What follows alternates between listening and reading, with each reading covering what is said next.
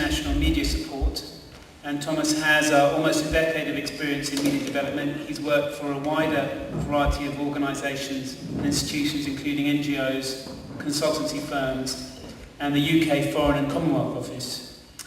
He is a key person participated in the IMS's Sri Lankan Press Freedom Mission, and he's going to talk a little bit to us about press freedom, which is obviously an acute concern, particularly given the news and reporting blackouts that we faced in the early parts of the year during the critical times of the conflict.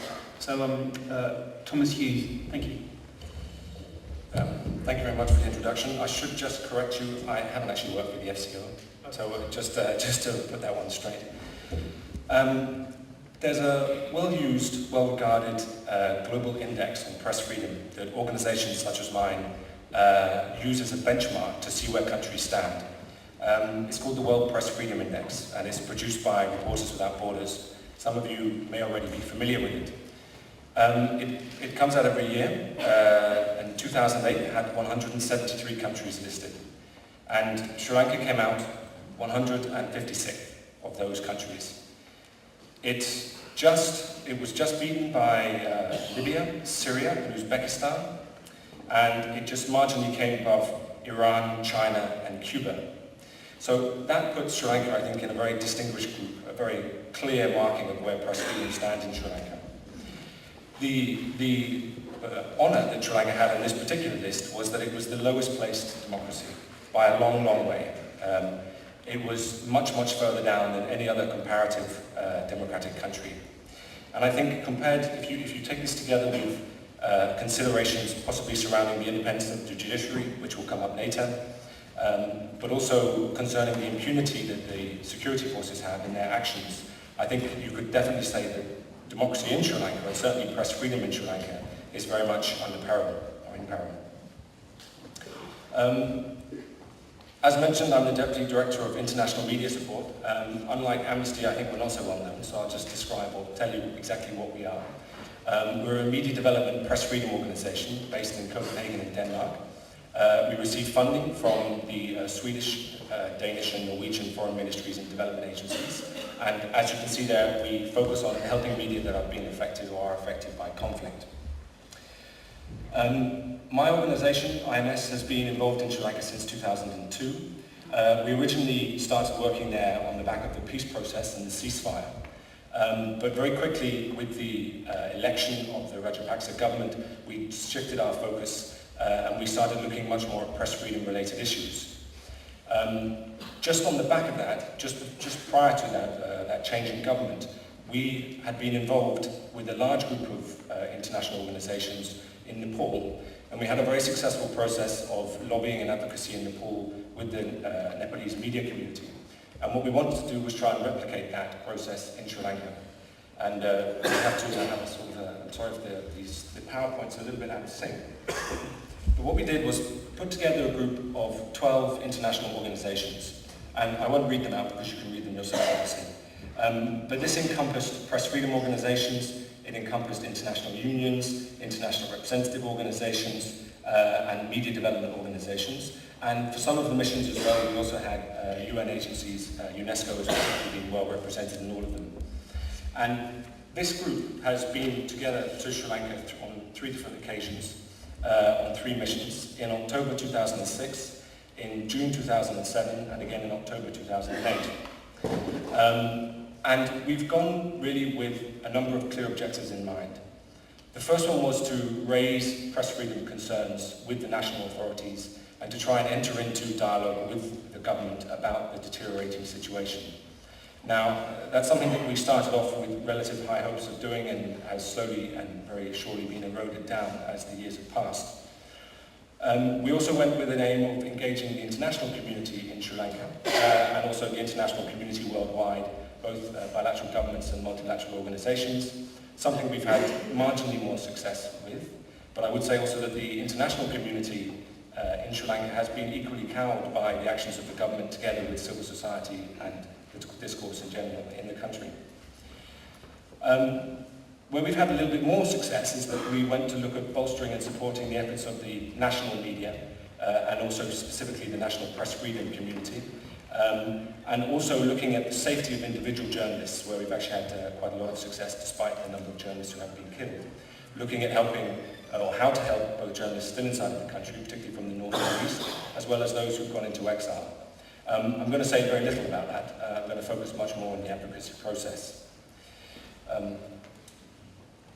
So this is just a photograph from one of the press conferences that we had. But here, again, we have representatives from the International News Safety Institute, International Federation of Journalists, IMS, International Press Institute, UNESCO, and so on and so forth. So this is sort of a representation of the types of organizations that were there.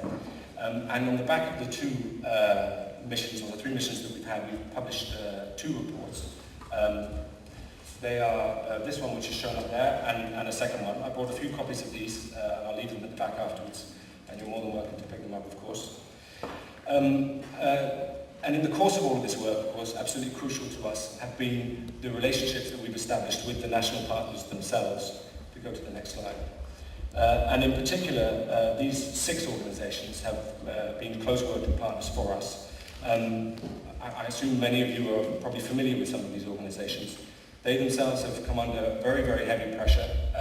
Many of their members have been attacked and beaten up and otherwise shut down in terms of their operations. So it's been an extremely trying process for them as well, of course. A little bit about the situation more in general. From the first mission that we did in 2006 up until the current date, there has quite clearly been a very serious deterioration in the press freedom situation in the country. And I think, as was earlier pointed out, this has very much been the responsibility, we think, of the authorities in the country and the various militia that exist. Now, I think it's very important to also say before launching into that previous to 2005, the press freedom situation in the country also had seen over various periods very challenging circumstances. And I think in discussing this situation, we have to bear in mind also that the freedom of expression environment in the formerly controlled LTT areas was almost zero. And many of our organizations, up until the change in government, had very much focused their efforts on the LTT, on freedom of expression in the north and the east, and not so much at the national level. So in 2006, this really saw a shift of our focus and a shift in what we were trying to achieve. We have listed 11 either murdered or disappeared journalists in the last 2 years alone. And please forgive me if there is someone missing on this list. This is our compilation. But as you can see, it's a lot of, and based on the listings where you see Sri Lanka, in terms of numbers of journalists killed, again, Sri Lanka fits somewhere up next to Iraq and Mexico and countries like that. And it's a long list, and in that sense, a very impressive one. The types of attacks that these journalists have faced, I mean, that's obvious for these journalists, but the types of attacks that journalists face in general range from everything from threatening phone calls to being pursued around various locations by white fans, having family members threatened, and also to direct intimidation or even suggestions from authorities of what should be written and when and how. Lasanta was mentioned earlier, and I will touch on his case as well, of course. But during the course of these missions and many other trips there, I had the pleasure of meeting him and discussing the situation with him. And he once gave us an anecdote of the type of pressure, of a milder form, I admit, but of the type of pressure that they were coming under, where one Sunday he was standing on a golf course and he received a call from the president who was advising him on what he might cover in his newspaper the following week. Which I think for those of us who've met the centre knows that he wouldn't have taken kindly to.